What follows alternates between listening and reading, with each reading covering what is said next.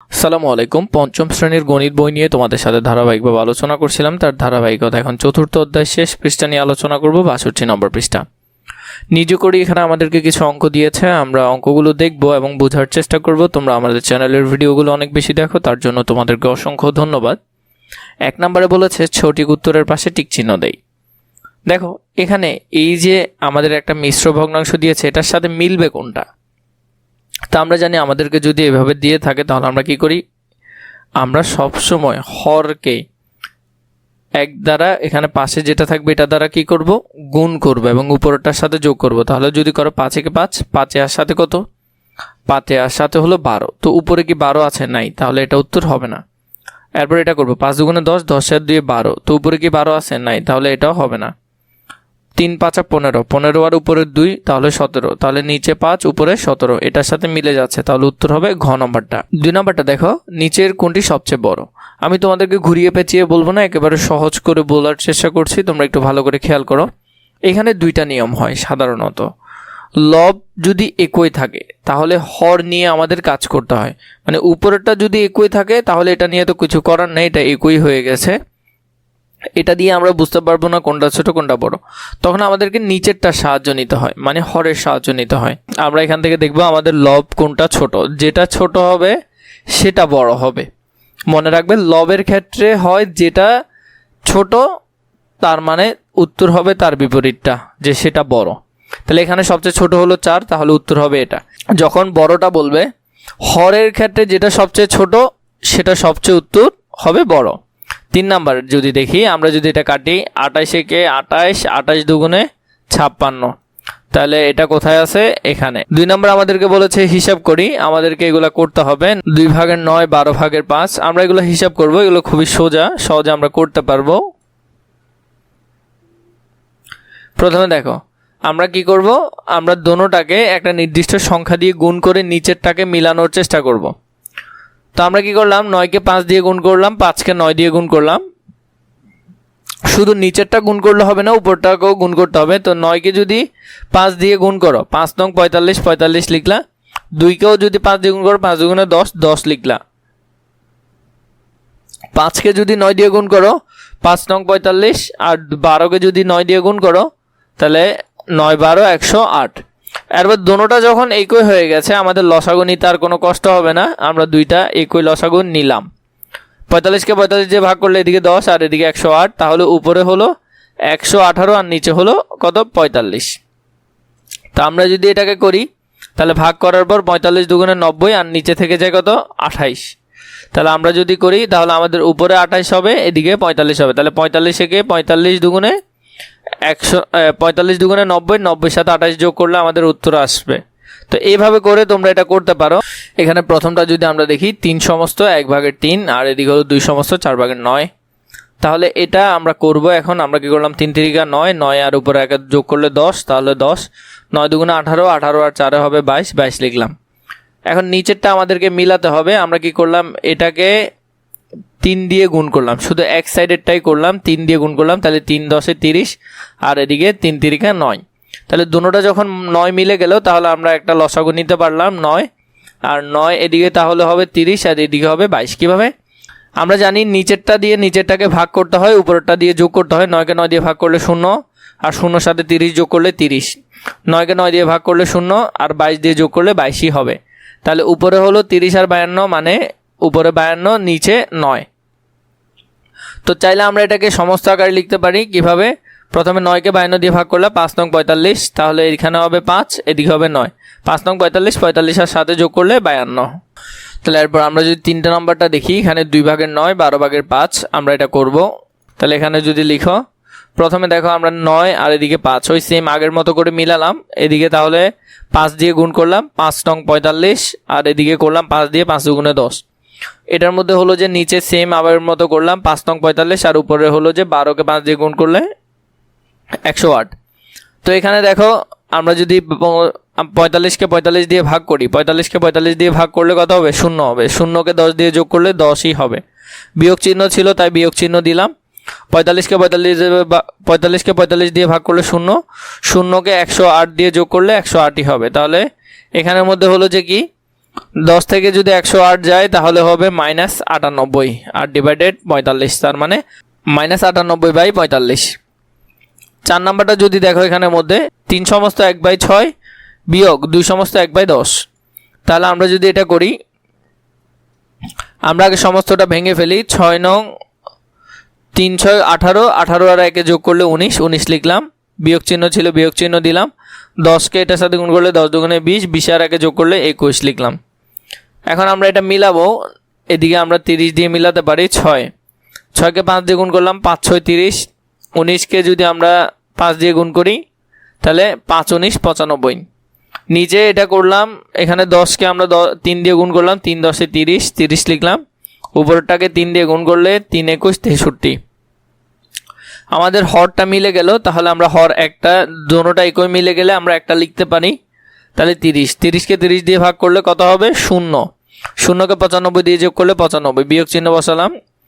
30কে যদি আমরা 30 দিয়ে ভাগ করি 0, এরপরে 63কে যদি আমরা 0-র সাথে যোগ করি তাহলে 63 হবে। 95 থেকে 63 গেলে কত হবে? 32 ডিভাইডেড 30। আমরা এটাকে ভাঙবো, তাহলে 30কে 32 দিয়ে যদি করো তাহলে 1, 30 একে 30, তাহলে 30 1 আর এদিকে 2, আর এদিকে 2 আর 30-এ যদি কাটাকাটি করো তাহলে কত হবে? উপরের 2 আর নিচে 30-এ কাটলে 1/15, তাহলে 1 সমস্ত 1/15। 5 নাম্বারটা দেখো, 3/4 যোগ 7/8 বিয়োগ 11/12, এটা করতে হবে আমাদেরকে। আমরা প্রশ্নটা এখানে লিখলাম, প্রশ্ন লেখার পর দেখো আমরা মিলাবো, নিচে সবগুলো একই রকম মিলানোর চেষ্টা করব। আমরা 6 দিয়ে গুণ করলাম, 4 6 24, 3 6 তাহলে 18, আর এটাকে গুণ করলাম 24 মিলানোর জন্য 3 দিয়ে, 3 8 24, 3 7 21, আর এদিকে গুণ করলাম 2 দিয়ে, 12 দুগুণে 24, 11 দুগুণে 22।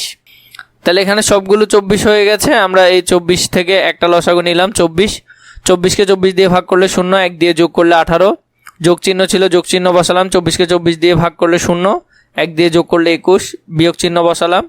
24কে 24 দিয়ে ভাগ করলে 0, আর এদিকে 22 যোগ করলে 22।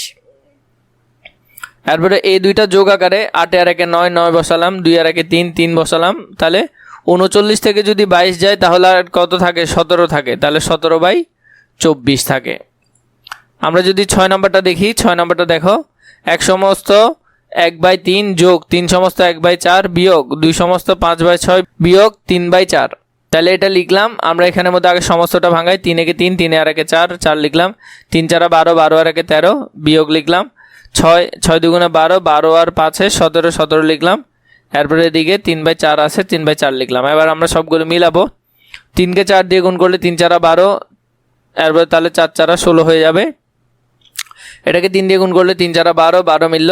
3 13 39, 39 মিলালাম। 6কে 2 দিয়ে গুণ করলে 6 দুগুণে 12, 17কে উপরে দিয়ে যেটাই গুণ করো না কেন উপর নিচে করে ফেলতে হবে।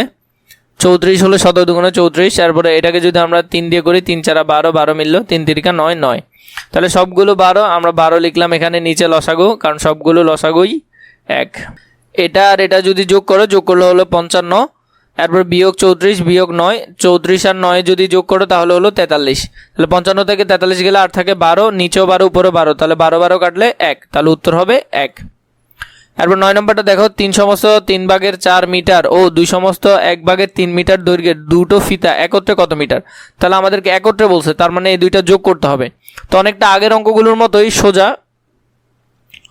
লিখলাম, দুইটি ফিতা একত্রে হবে এত যোগ এত, কারণ একত্রে বলছে তাহলে যোগ করতে হবে। আগে সমস্ত ভাঙি, 3 4 12, 12 আর 3 হলো 15, তাহলে 15 লিখলাম। এদিকে 3 দুগুণে 6, 6 আর 1 7, তাহলে উপরে 7, নিচে 3, নিচে 4, নিচে 3, তাহলে আমাদেরকে এখানে মিলাতে হবে। 3 দিয়ে গুণ দিলে 3 4 12, আর উপরেরটাকে 3 দিয়ে গুণ করলে 3 15 45, এদিকে 4 দিয়ে গুণ করলে 3 4 12, 7কে 4 দিয়ে গুণ করলে 4 7 28, তাহলে 12টা আমরা লসাগু আকারে নিলাম। নেওয়ার পর এখানে উপরে 45 আর এদিকে 28 আছে। তো কীভাবে আসছে এগুলো তোমরা জানো, যে নিচেটা দিয়ে ভাগ করতে হয়, উপরেরটার সাথে যোগ করতে হয়। 12কে 12 দিয়ে ভাগ করলে 0ই আসবে, আর 0 দিয়ে 45কে যোগ করলে 45ই হবে। তো এটাও সেম, 12কে 12 দিয়ে ভাগ করলে 0ই আসবে, আর এদিকে 28 দিয়ে যোগ করলে 28ই হবে। তাহলে 45 যোগ 28, তাহলে 73। আমরা এই 73টাকে সমস্ত নিয়ে যাব, তাহলে 12কে 73 দিয়ে ভাঙলে 6, তাহলে এখানে হবে 6, আর এদিকে হবে 12, 6 12 72, আর উপরে 1 যোগ 73, তাহলে দুটো ফিতা একত্রে হবে 6 সমস্ত 1/12। 10 নম্বরে যদি দেখি, গীতার কাছে এক সমস্ত 5/6 লিটার ও মামুনের কাছে 13/18 লিটার জুস আছে। কার জুসের পরিমাণ বেশি এবং কত বেশি সেটা আমরা বের করব। গীতার কাছে আছে এক সমস্ত 5/6, তো এটাকে যদি আমরা ভাঙি তাহলে 6 কে 6, 5 আর 6 হলো 11, 11/6 লিটার। মামুনের কাছে আছে 13/8 লিটার। এখন 11/6 আমরা যদি এটাকে 4 দিয়ে গুণ করি, 4 6 কত 24, আর এদিকে 4 11 44, তাহলে 44/24।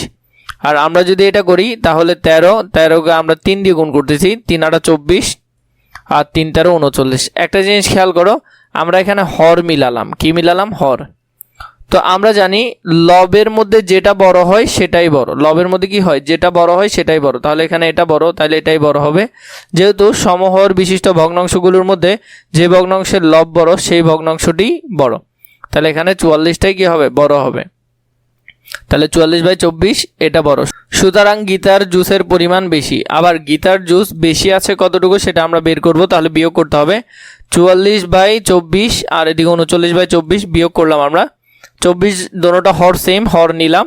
তাহলে 44 বিয়োগ 39 কীভাবে আসছো তোমরা জানো। তাহলে 44 থেকে যদি 39 বিয়োগ করো তাহলে 5, তাহলে 5/24 লিটার গীতার জুসের পরিমাণ বেশি আছে, 5/24 লিটার। এরপর 11 নম্বরে বললো, সবুজের বাড়ি বিদ্যালয় থেকে 3/8 কিলোমিটার পশ্চিমে অবস্থিত। মিতুর বাড়ি বিদ্যালয় থেকে 5/12 কিলোমিটার পূর্বে অবস্থিত।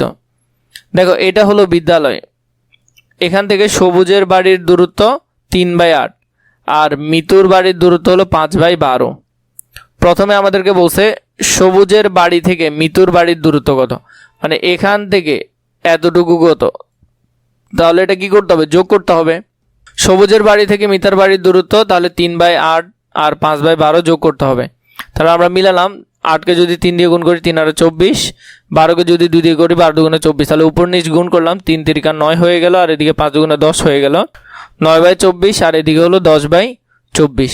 এখানের মধ্যে খেয়াল করো 9 যোগ 10/24, তাহলে এটা কিভাবে আসলো? আমরা তো জানি এগুলা, 9 আর 10 যোগ করলে 19 হবে, 19 আর ডিভাইডেড 24।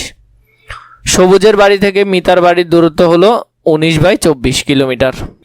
এরপরে বললো বিদ্যালয় থেকে কার বাড়ি নিকটবর্তী, মানে কার বাড়ি কাছে। বিদ্যালয় থেকে কার বাড়িটা কাছে? সবুজ ও মিতুর বাড়ি থেকে বিদ্যালয়ের দূরত্বের পার্থক্য কত? তাদের মধ্যে বিয়োগ করতে হবে, তাদের পার্থক্য কত। সবুজের বাড়ির দূরত্ব 3/8 কিলোমিটার, মিতুর বাড়ির দূরত্ব 5/12 কিলোমিটার। এখন 3/8 এটাকে আমরা যদি মিলাই 9/24 আর এটাকে মিলালে 10/24। বিদ্যালয় থেকে সবুজের বাড়ি, তো দেখো এখানে নিচে হরটা মিলালাম, হরটা কি করলাম? মিলালাম। এখন এখানে লবের মধ্যে যেটা বেশি নিশ্চয়ই সেটাই বড়, তাহলে 10 বেশি, তাহলে নিশ্চয়ই 10টাই বেশি হবে। বিদ্যালয় থেকে সবুজের বাড়ির নিকটবর্তী সবুজ মিতুর বাড়ি থেকে বিদ্যালয়ের দূরত্বের পার্থক্য, তাহলে এখন তাদের মধ্যে বিয়োগ করব। 5/12 আর 3/8 আমরা যদি বিয়োগ করি 10/24, 9/24। এরপর দেখো এখানে 24 মিলালাম, 10 বিয়োগ 9, তাহলে 10 থেকে 9 গেলে 1/24 কিলোমিটার। তাহলে এটা হবে উত্তর।